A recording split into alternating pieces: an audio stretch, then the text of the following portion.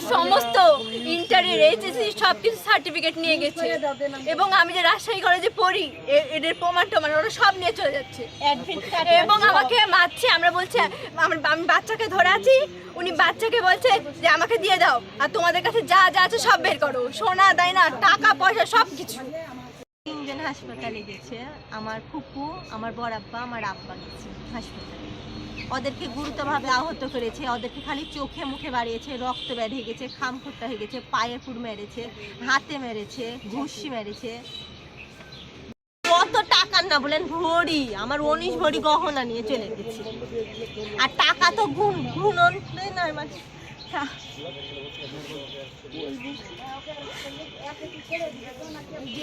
সব পরীক্ষার খাতা টাতা সব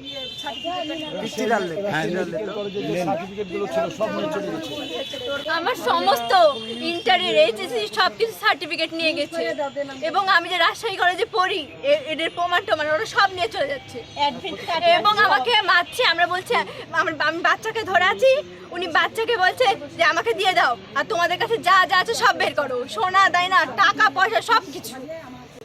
আর এমন করে বুকের পর লাথি মারছে আমাদেরকে, মানে প্রচুর নির্যাতন করেছে, নারী নির্যাতন। এটা ওই গায়ের ওড়না পর্যন্ত কেড়ে নিয়েছে এবং আমরা যদি বলতে যাচ্ছি আমাদেরকে এইভাবে মারছেন কেন, আমাদের উপরে এরকম টর্চার করছেন কেন।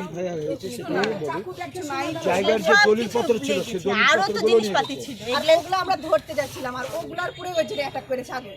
ওরা বুঝতে পেলো যে এখানে এই জিনিসটা আছে, মানে ওগুলো লিয়ে না এরকম করে ধরতে যাচ্ছে আর মারছে না, ওগুলো আগে গিয়ে যেখানে সার্টিফিকেট আছে এখানে 5:30। আমাদের এই জায়গার কেস চলছে হাইকোর্টে। তো সে এর আগেও এসেছিলো, তখন বলা হলো যে হাইকোর্ট থেকে যদি রায় হয় তখন আপনার জায়গা আপনাকে বুঝিয়ে দেওয়া হবে। তারপরে সে চলে যায়। চলে যাওয়ার পরে হঠাৎ করে দুদিন আগে সে এদিকে গাড়ি নিয়ে আইচারা পাইচারা করার পরে সে চলে গিয়েছিলো। হঠাৎ করে আজকে এই 5:30 কি আনুমানিক 5টা 5:30টার দিকে, হ্যাঁ, এদিক দিয়ে আর ট্রাফিক টপকিয়ে তারা উঠার পরে তারা বলে যে আমরা পুলিশের লোক বলার পরে তখন মেয়ে ছেলেপেলা ঘাবড়িয়ে গেছে। পুলিশের লোক আসছে, এর দেখাতে হবে। যখন পুলিশের লোক বলেছে তখন খুলে দিয়েছে। খুলে দেওয়া মাত্রই তাদেরকে দরজা আটকে দিয়ে মেয়ে ছেলেদেরকে অশ্লীলতা হানি করেছে এবং তাদের যে আমার বড় চাচা যেটা তার চোখে মেরেছে এবং ছোট চাচার আমার যে সেজ চাচা তারও চোখে মেরেছে, চোখ মেরেছে, তাকে মারধর করেছে, পিঠেও মারধর করেছে, জামা টামা ছিঁড়া। এবং আমার একটা প্রতিবন্ধী ফুপু আছে, তাকেও ধরে মেরেছে। আচ্ছা, এই মালামালগুলো কারা বের করেছে? ওরা বাইর করেছে, সব ওরা বাইর করে দিয়ে তালা মেরে দিয়েছে। এখানে কতজন আসছিল? এখানে মোটামুটি 2টা মাইক্রো এসছিল আর একটা পাজারো গাড়ি এসছিল। পাজারো গাড়িতে ছিল সালাউদ্দিন রাজু, তার ভূমিকাতেই এই কাজটা হয়েছে। এই সালাউদ্দিন রাজুর বাসা কোথায়? এটা হচ্ছে আলুপট্টি, ঠিক থানার মোড়ে।